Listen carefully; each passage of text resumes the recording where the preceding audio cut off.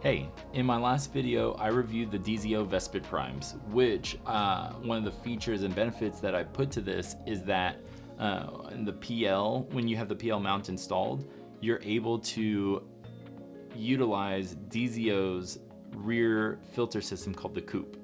It's pretty easy to install onto your PL mounts. It only works with the Vespid Primes and the Kata Ace zooms in PL mount. It doesn't work on the EF mount or anything like that.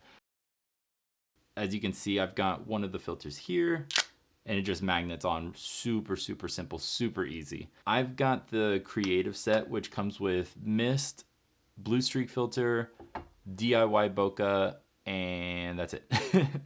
And then there's a standard set that comes with a clear filter, ND4, which is 1 stop, ND8, which is 2 stops, and ND16, which is 3 stops. Pretty cool to see DZO kind of turn things on its head and come out with this system. I'm typically not a huge fan of really proprietary sets of filters. I don't like the Polar Pro matte box because you have to use their specific filters. But I don't know, something about this setup just seemed really natural, and I love the fact that like it's just built in and it's just ready to go. I wouldn't use the NDs because it's better to, I find it more easy and more workflow efficient to have your NDs on the front, because if you're not even if you're running and gunning, but like if even in commercial sets, there's sometimes where you're just like go and you just need to throw your whatever ND you have on the front, you just need to get it off and hand it to an AC or whatever. And if you have to take off the lens and take off the filter, then it just slows you down tremendously. But the artistic set I do like. Like I said, I've got the mist here, just pops right on. And mist is something that you're gonna run all day. Same with blue streak filter. It's nothing that you're gonna like take on and off depending on the shot, most likely. Which is another reason why I really enjoyed and really liked the idea of going with the artistic set. Now, the DIY filter, it comes with the DZO logo D, the lightning bolt, a question mark, heart, and some things like that. And they're really hokey. They remind me of Flickr circa 2006.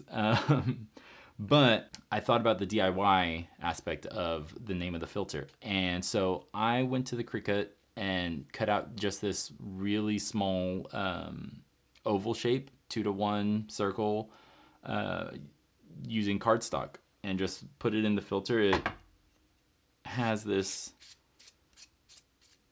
2 parts to it that just screws together.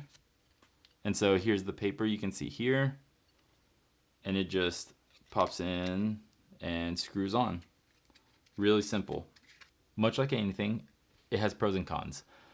Pros, it changes the look to your lens completely. It really adds a ton of vignetting. It also introduces focus breathing. So it does this really weird thing with the focus, is that you add this iris that's smaller, yet you're shooting wide open. So like you get that shallow depth of field typically, but like along the edges, it is acting like this is like an f8. So it does this really strange thing to your focus. A couple of cons is that it deepens your depth of field because this iris is a little bit smaller than your 2.1, which if you're shooting wide open, which is another con, is that you have to shoot wide open with this, because as you close in on your iris, you just see the oval shape, which leads me to another kind of con, is that you lose about 1.5 stops of light. So it's kind of like you get these cons, but also workarounds. Like you have to shoot wide open at 2.1, but you lose 1.5 stops of light. So you would have to shoot at 2.1 anyway. So it's this kind of weird ecosystem that works together. I do really enjoy this, and I usually keep it on. It's actually feels weird. Like in my head, I've built the DZO Vespids to look like it does whenever I have this filter on there, and that's what I see in my mind. So if I'm going for the Vespids, I think of that like vintagey, vignette-y look.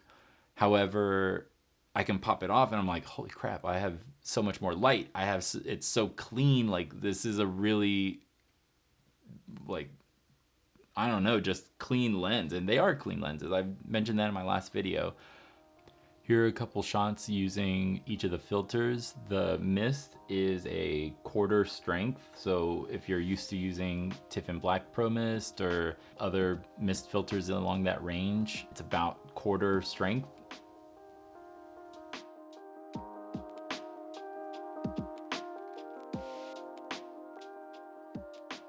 The blue streak filter, we obviously associate this with anamorphic style. You can throw on those 240 bars, 239 bars, whatever, and like it's going to make you feel like you're in an anamorphic sci-fi flick. Personally, the blue streak is my least favorite aspect of anamorphic lenses. I prefer the really weird rounding shapes, the interesting fall off. That's what I prefer when it comes to anamorphics.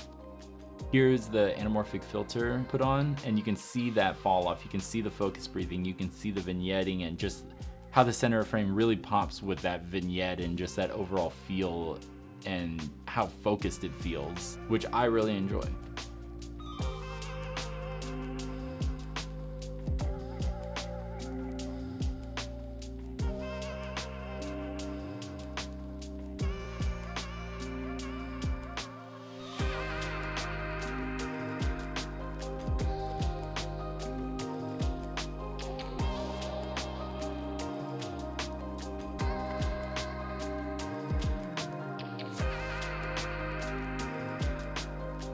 And if you want to do the anamorphic filter yourself and you've got the artistic set of KOOP filters, I'll put up some measurements here that I use personally, and then a couple that I tried out with and just found that the middle one was the happy medium. All right, y'all, thank you so much for watching the video. I hope you learned something. I hope you took away something. I hope you stick around if I happen to make more videos, you know? Yeah, see you in the next one. Peace.